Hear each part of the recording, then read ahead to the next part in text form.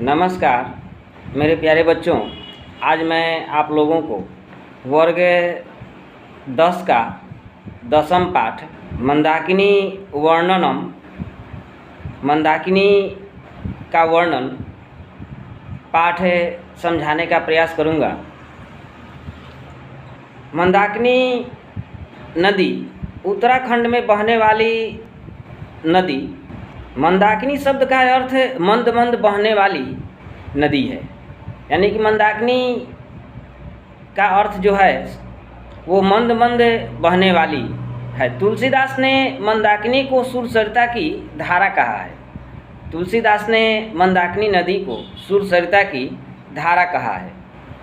यह भारत के मध्य प्रदेश राज्य के सतना जिले में स्थित एक नगर पंचायत है। यह बुंदेलखंड क्षेत्र में स्थित है और बहुत सांस्कृतिक, ऐतिहासिक, धार्मिक और पुरातात्विक महत्व रखता है। यह सतना जिले और उत्तर प्रदेश के चित्रकूट जिले की सीमा पर स्थित है और सीमा के ठीक उस पार चित्रकूट धाम स्थित है। मंदाकिनी नदी यमुना नदी की एक छोटी सहायक नदी है जो मध्य प्रदेश के सतना जिले से निकलकर उत्तर प्रदेश के करवी में आकर यमुना नदी में मिल जाती है। इस नदी की कुल लंबाई लगभग 50 किलोमीटर है। मंदाकिनी नदी का हिंदू धर्म में धार्मिक महत्व है और यह पवित्र माने जाने वाले स्थान चित्रकूट से हो बहती है। नदी के तट पर राम घाट नामक एक घाट है जहां मान्यताओं के अनुसार श्री राम ने अपने चित्रकूट निवास के दौरान स्नान किया करते थे। रामायण में कहा गया है, क्या कहा गया है कि चित्रकूट के घाट पर भयसन तन की भीड़, तुलसीदास ये चंदन रगड़े तिलक देत रघुवीर। मंदाकिनी नदी को माता सती अनुसुईया ने अपनी तपस्या से इस नदी को अवतरित किया था। अध्यात्म में रामायण के अयोध्या कांड में मंदाकिनी को गंगा कहा गया है। रुद्रप्रयाग में मंदाकिनी और अलकनंदा नदी का संगम है। अलकनंदा गंगा नदी को कहा जाता है। इस पाठ में आदि कवि वाल्मीकि द्वारा रचित वाल्मीकि रामायण के अयोध्या कांड के 95वें सर्ग से संकलित है। इसमें मंदाकिनी नदी की श्री शोभा का वर्णन किया गया है। वनवास क्रम में राम अपनी पत्नी सीता तथा अपने छोटे भाई लक्ष्मण सहित चित्रकूट जाते हैं। वहीं कलकल छलछल करती मंदाकिनी नदी की शोभा का वर्णन करते हुए श्री राम सीता से कहते हैं कि हे सीते, प्राकृतिक सौंदर्य से युक्त इस नदी को देखकर चित्त प्रसन्न हो रहा है। कवि महर्षि वाल्मीकि ने इस सौंदर्य का वर्णन अनुष्टुप छंद में किया है। इस नदी की शोभा का वर्णन महाकवि कालिदास ने भी रघुवंश महाकाव्य के 13वें सर्ग में किए हैं। वनवास काल में श्री राम अपनी पत्नी सीता तथा भाई लक्ष्मण के साथ चित्रकूट जाते हैं। वहां कलकल छलछल करती मंदाकिनी नदी की निर्मल जल धारा में खिले फूलों तथा क्रीड़ा करते हंस सारस को देखकर प्रसन्न हो उठते हैं। श्री राम सीता का ध्यान उस ओर आकृष्ट करते हुए कहते हैं कि हे सीते, रंग बिरंगे तटों वाली मंदाकिनी नदी को देखो। इसमें खिले फूल तथा जल विहार करते हंस सारस पक्षियों को देखकर मन में आनंद रस का संचार होने लगा है। चित्रकूट प्राकृतिक उपादानों से इतना संपन्न था कि राम भी वहाँ के सौंदर्य से आकृष्ट हुए बिना नहीं रह सके। फिर कहते हैं कि हे सीते, किनारे पर उगे हुए फल फूलों से घिरी नदी ऐसी लगती है जैसे कुबेर का सरोवर हो।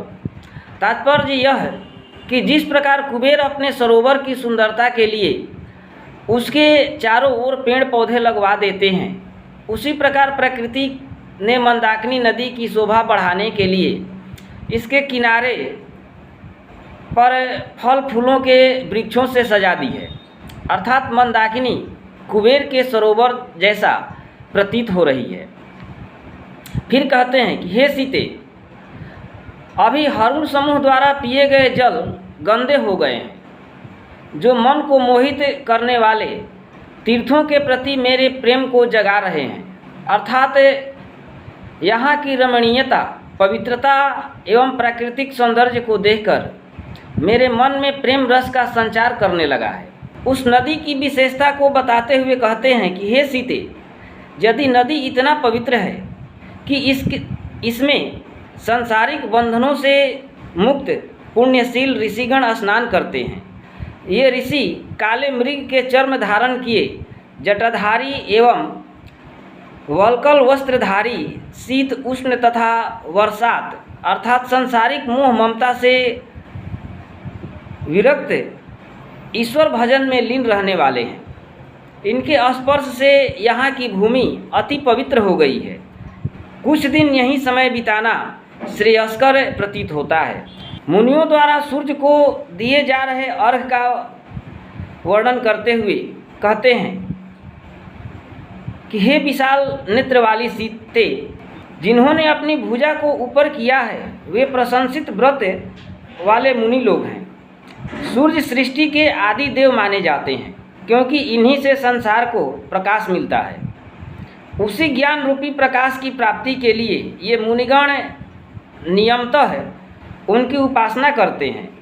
यही सूर्य सृष्टि के आदि देव हैं।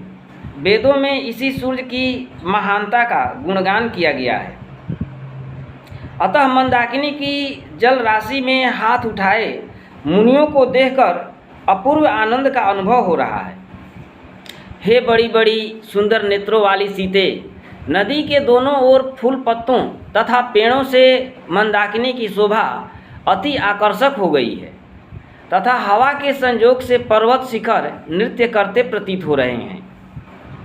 तात्पर्य यह कि नदी के किनारे खिले फूलों तथा हरे भरे पेड़ नदी की शोभा बढ़ा रहे हैं। साथ ही हवा के झोंके से पर्वत शिखर इस प्रकार हिलते प्रतीत होते हैं जैसे कोई पर्वत शिखर पर नृत्य कर रहा हो। इस प्रकार प्रकृति मंदाकिनी नदी की सुंदरता में चार चांद लगा रही है। फिर कहते हैं, हे सुंदर नेत्रों वाली सीते, मणि जैसे चमकते जल को देखो। इसकी सजी धजी किनारे मन को मोह रहे हैं। तो कहीं ऋषि मुनियों के समूहों को देखकर मन में नदी के प्रति श्रद्धा उत्पन्न हो रही है। तात्पर्य यह कि यह नदी इतनी पवित्र तथा वन संपदा से पूर्ण है कि इसके प्रति मन में अनुराग उत्पन्न हो रहा है। इसकी विशेषता के कारण ही सिद्ध जन यहाँ तपस्या करते हैं। हे क्षीणकटी वाली सीते, देखो, वायु द्वारा उड़ाए गए फूल की गंध फैलती हुई दूसरी ओर तैरती हुई मंदाकिनी नदी के मध्य में विराजमान हो गई है। तात्पर्य यह कि वायु के झोंकों से फूलों की सुगंध सर्वत्र छा गई है और नदी में तैरते हुए कमलों पर भंवरे गुंजार कर रहे हैं। लगता है इन फूलों की सुगंध पाकर मंदाकिनी नदी का जल सुगंधित हो गया है। अतः हे सीते, मंदाकिनी क्षेत्र के इस मनोरम दृश्य को देखो, जो चित्त को अनुपम आनंद प्रदान कर रहा है। हे कल्याणी, मंदाकिनी के भव्य दृश्य का अवलोकन करो, जहाँ चकवे एवं पक्षियों की मीठी बोली से वातावरण गुंजायमान है। अर्थात पेड़ पौधों पर बैठे पक्षीगण अपनी मधुर आवाज़ से मंदाकिनी की गाथा का गान कर रहे हैं, अथवा यहाँ की शांति एवं सुंदरता पर खुशी का इजहार कर रहे हों। हे सीते, नदी के दोनों ओर के भव्य वातावरण से मन मुग्ध हो रहा है। श्री राम इस प्रसंग के माध्यम से सीता को यह बताना चाहते हैं कि राज सुख में वह आनंद नहीं मिलता जो आनंद मंदाकिनी के तट पर मिल रहा है। आगे कह रहे हैं, हे सुशीले, यहाँ चित्रकूट और मंदाकिनी के दर्शन हो रहे हैं। वह दर्शन नगर की अपेक्षा श्रेष्ठ है। अर्थात जो रमणीयता तथा शांति मंदाकिनी क्षेत्र में है, वैसी शांति एवं रमणीयता नगर में कहाँ? क्योंकि यहाँ रहने वाले सांसारिक मोह ममताओं से विरक्त ईश्वर साधना में लीन प्राकृतिक सौंदर्य का आनंद ले रहे हैं, जबकि नगर में रहने वाले सांसारिक मोह पास में बंधे राग द्वेष के कारण सदा अशांत रहते हैं। तात्पर्य यह है कि त्याग में अद्भुत आनंद मिलता है। हर कोई अपने अपने उद्देश्य की पूर्ति में लगे होते हैं। हर व्यक्ति का जीवन स्वतंत्र होता है, इस कारण सभी अपने में ही मस्त रहते हैं। पशु पक्षी भी निर्भीकता पूर्वक विचरण करते हैं, क्योंकि सभी स्वच्छ एवं शांत वातावरण में जीना पसंद करते हैं। तो इस पाठ में इतना ही दिया हुआ है। इसे देख करके लाइक, सब्सक्राइब, शेयर, कमेंट जरूर करेंगे। थैंक यू, धन्यवाद।